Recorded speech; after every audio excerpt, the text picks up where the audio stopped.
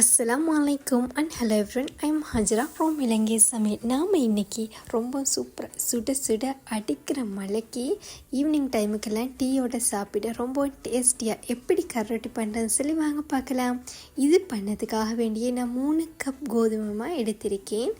And இதோட 1 teaspoon உப்பு, 1/4 teaspoon சீனி அண்ட் 1 டீஸ்பூன் எண்ணெய் சேர்த்துக்கொள்ள வேணும்.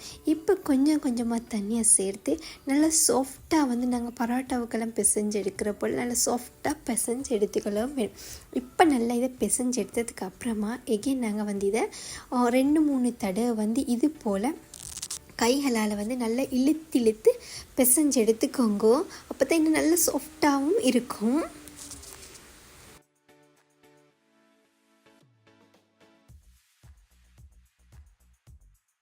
இது போல் நல்லா இழுத்து சாஃப்டாக பிசைஞ்சு எடுத்தாச்சு. இப்போ நாங்கள் இது 2 ஹவர் ஊற வைக்கணும். 2 டேபிள் ஸ்பூன் எண்ணெய் சேர்த்து இப்போ நல்லா கலந்து விட்டுக்கோங்க. நீங்கள் ஃபஸ்ட் டைம் பண்ணுறா இருந்தால் இதை குட்டி குட்டி போல் பண்ணி எடுத்துக்கோங்க. ஒரு 15 போல் பண்ணி எடுத்துடும்.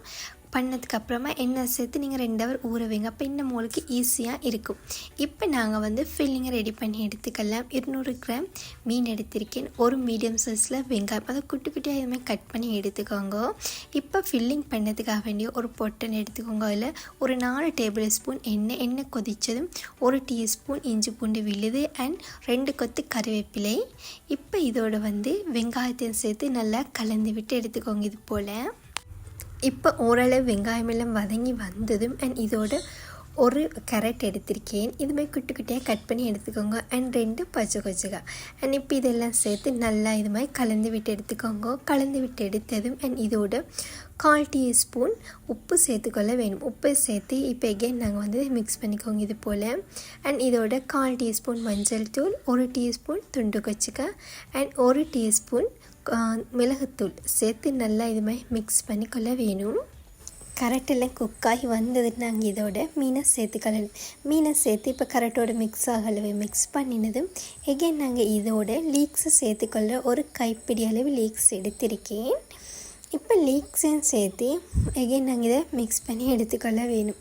மீடியம் சைஸில் 3 கிழங்கு எடுத்திருக்கேன். அவிச்சு அதை மேஷ் பண்ணி எடுத்துக்கோங்க. அண்ட் மேஷ் பண்ணி எடுத்த கிழங்கு எகெயின் இதோடு சேர்த்து மிக்ஸ் பண்ணி எடுத்துக்கலாம் வேணும். இப்போ நாங்கள் கிழங்கு சேர்த்துனதும் நிறைய நேரம் ஸ்டவ்வில் வைக்கிறதில்ல.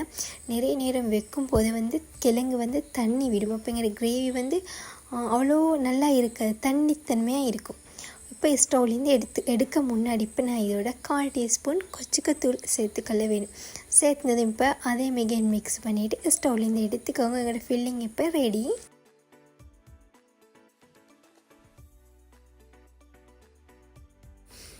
2 ஹவர் கழித்து பார்க்குற ரொம்பவுமே சாஃப்டாக வந்திருக்கு. இது போல் தான் மாவு. இப்போ நாங்கள் இதை குட்டி குட்டி போல்களாக பிரித்து எடுத்துக்கொள்ள வேணும். இது மாதிரி மாவை எடுத்து விரல்களால் இது போல் ப்ரெஸ் பண்ணி எடுக்கணும். ப்ரெஸ் பண்ணி எடுக்கும்போது ரொம்பவுமே அழகாக எங்களுக்கு ஒரு வெடிப்பும் இல்லாமல் இது மாதிரி போல் கிடைக்கும். இது போல் நான் மொத்தம் 15 போலாக பண்ணி எடுத்துக்கொண்டேன்.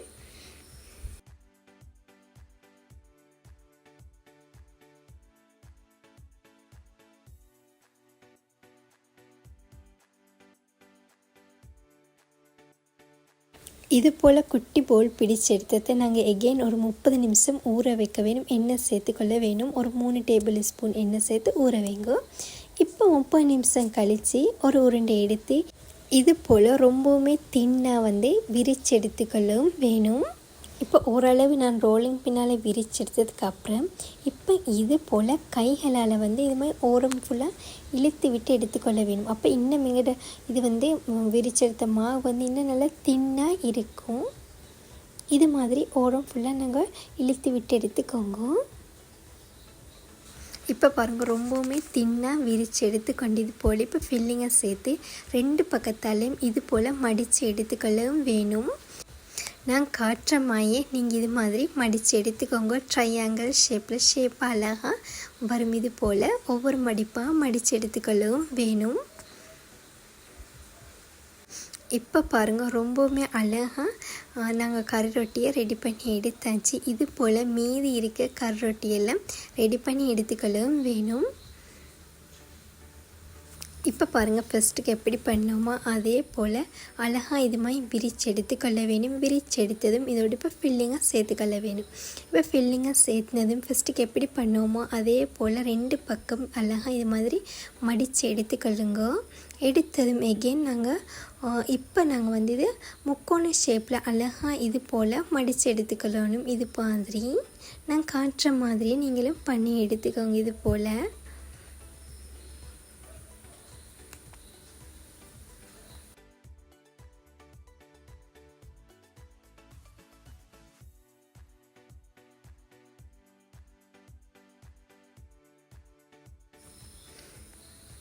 இப்போ இது போல் அழகாக இப்போ பாருங்கள், ட்ரையாங்கிள் ஷேப்பில் ரொம்பவுமே சூப்பராக இருக்குது. இது மாதிரி கைகளாலுமே ஷேப் பண்ணி எடுத்துக்கொள்ளவும் முடியும்.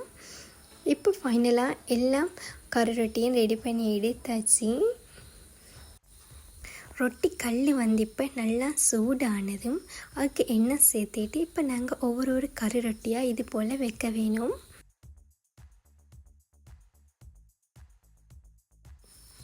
இப்போ நாங்கள் வச்சதும் இது போல் திருப்பி விட்டுக்கொள்ள வேணும். லேசாக இது மாதிரி வெந்து வந்திருக்கும் போதே திருப்பி விட்டுக்கோங்க. கலர் சேஞ்ச் ஆக வரையும் வைக்க தேவையில்லை. மாதிரி திருப்பி விட்டு எடுத்துக்கோங்க. இது மாதிரி எல்லா கரோட்டையும் திருப்பி விட்டுக்கொள்ள வேணும். மிதமான தீயில வைக்க வேணும். ஹை ஃப்ளேமில் இருந்தோம்னாக்கா குயிக்காக வந்து மேல் பக்கம் கலராகி வரும், உள்பக்கம் வந்து அழகாக அந்த வெந்து இருக்காது, பச்சையாக தான் இருக்கும் எங்களுக்கு. அதனால் வந்து லோ ஃப்ளேமில் வச்சு இதை கரோட்டி ரெடி பண்ணி எடுத்துக்கொள்ளுங்க. இப்போ ஓரளவு வெந்ததும் இப்போ திருப்பி விட்டுக்கோங்க. இப்போ 2 பக்கமும் ஓரளவு வெந்து வந்ததும் இது போல் நாங்கள் 3 சைடையும் வந்து குக் பண்ணி எடுத்துக்கொள்ள வேணும். இப்போ சைடெல்லாம் பச்சையாக தானே இருக்கும். இது மாதிரி வச்சு எகைன் நாங்கள் வந்து குக் பண்ணி எடுத்துக்கொள்ளணும். இது போல்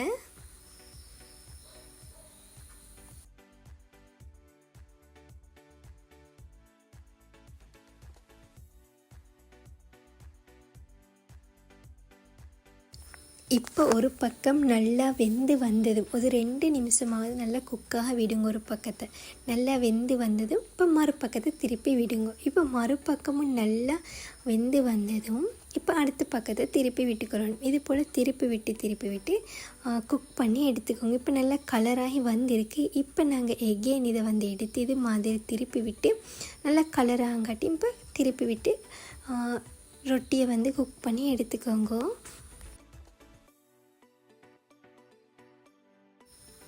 இப்போ பாருங்கள், ரொட்டி வந்து இருந்ததையும் விட நல்ல கோல்டன் கலராகி உள்ளெல்லாம் வெந்து வந்ததும் இப்போ நாங்கள் வந்து ரொட்டி கல்லிலேருந்து எடுத்துக்கொள்ளவும் வேணும்.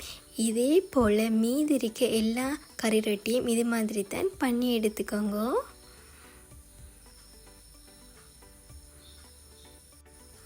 ஃபைனலாக எங்களோட கறி ரொட்டி ரெடி. இது போல் தான் மீதி இருக்க எல்லா ரொட்டியும் நாங்கள் பண்ணி எடுத்துக்கொள்ளவும் வேணும். இனி இந்த வீடியோ உங்களுக்கு பிடிச்சிருக்கேன்னு நம்புகிறேன். பிடிச்சிருந்தால் லைக் பண்ணுங்கள். உங்கள் ஃப்ரெண்ட்ஸும் ஃபேமிலிக்கும் ஷேர் பண்ணுங்கள். மறக்காமல் சப்ஸ்கிரைப் பண்ணுங்கள். Take care. பாய்.